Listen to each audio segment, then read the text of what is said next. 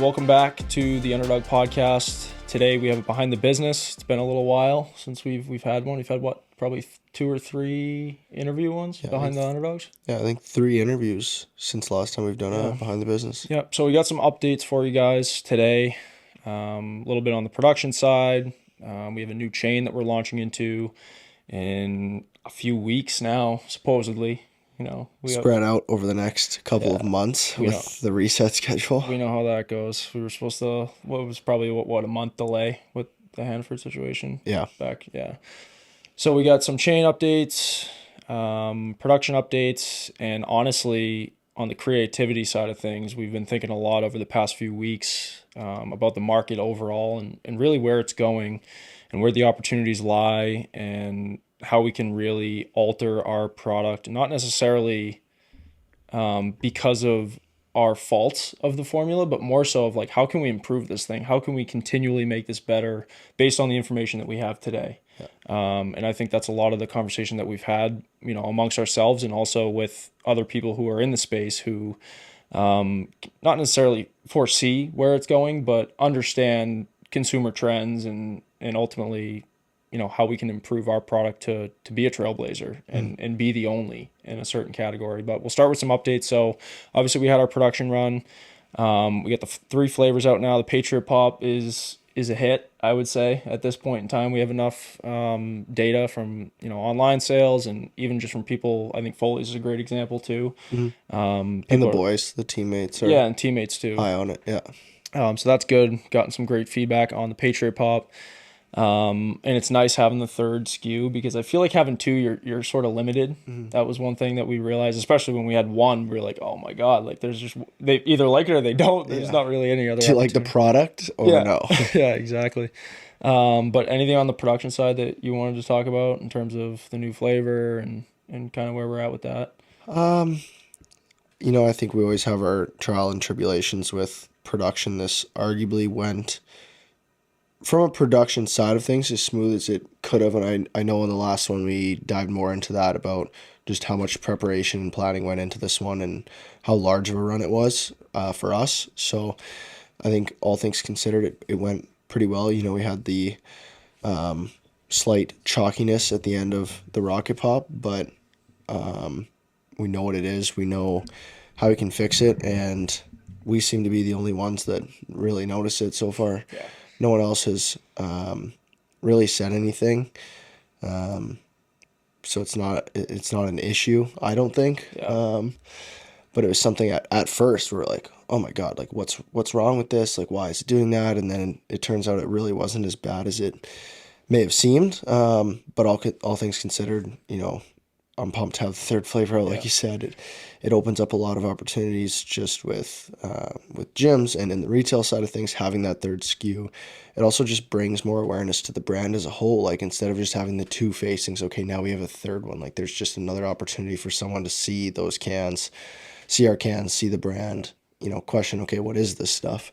So that's awesome. Yeah. And, we have enough inventory to supply this increased demand that we're going to be getting ourselves into here. Yeah, and I think there is something to say too about noticing certain things that most people wouldn't, and that's just a testament and a result of being involved in the day-to-day so much that you're just like the littlest things, and it's not even just the product itself, but even in the business side of things, we'll notice things that the general consumer or an outsider looking in wouldn't necessarily notice, almost like making a bigger deal about something than it actually is. Yeah. And not necessarily, I mean, the flavor obviously is an important piece to it.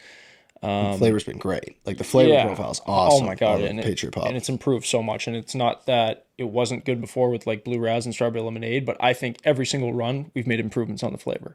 Like, we've taken steps forward each time, which is good.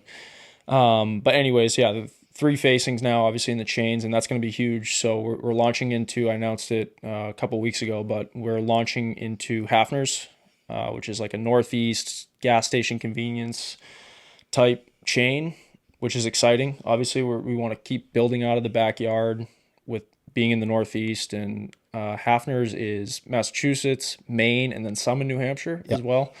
So that'll be good. Really just diversifies our our opportunities because obviously we have grocery with Hannaford.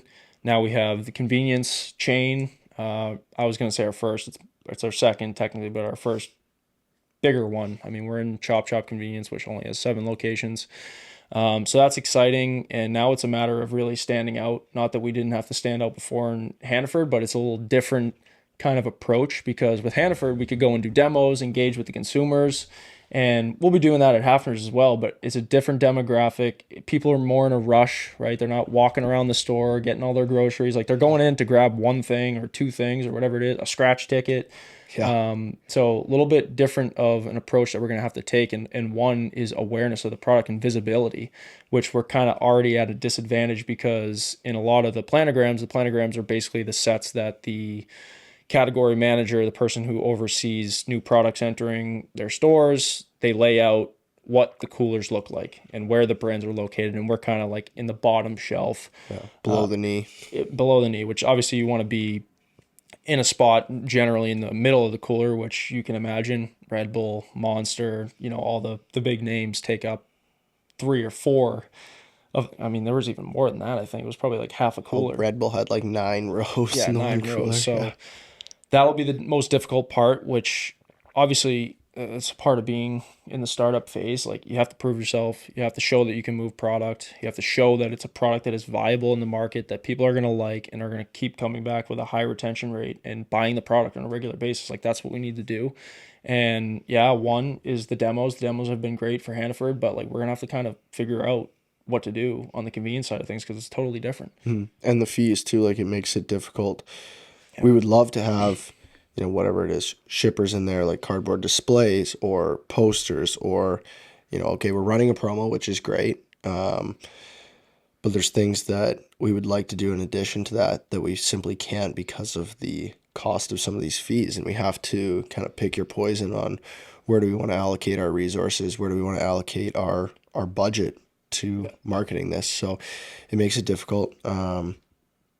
But I'm excited for it. Yeah. It'll be a new opportunity. Like you said, it's like Chop Chop is so finite. It's in a small area. There's a small number of locations. Some of their locations are very small as it is. So this will be a good opportunity to really see how we can stand out in the gas station convenience side of things. So And I think it is going to take a grassroots approach, similar to what we're doing with Hannaford. Like, there aren't many brands nowadays, and I vividly remember this when I was at some Hannaford sampling. I forget which one. Maybe it was Marlboro, or no, it was Townsend.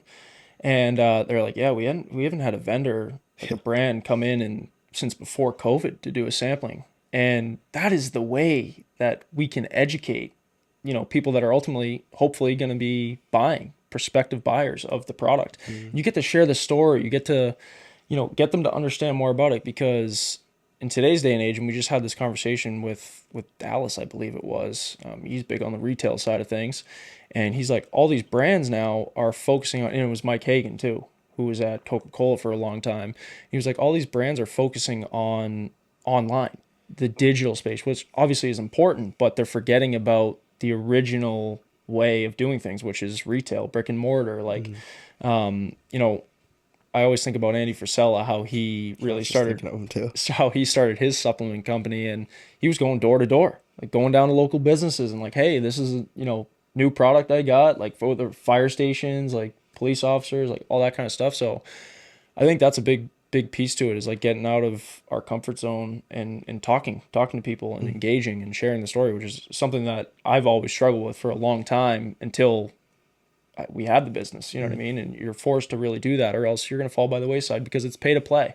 And that is something that is free. We get to go and do that. We get to push the brand and build more awareness as opposed to a promo, like you said, where we're running, first of all, you got to pay the chain to run the promo. And then you have to pay the distributors back on any bill backs. There's promo periods where you have an duration of time where you can run a promo. We wanted to split it in half Yeah. and initially do the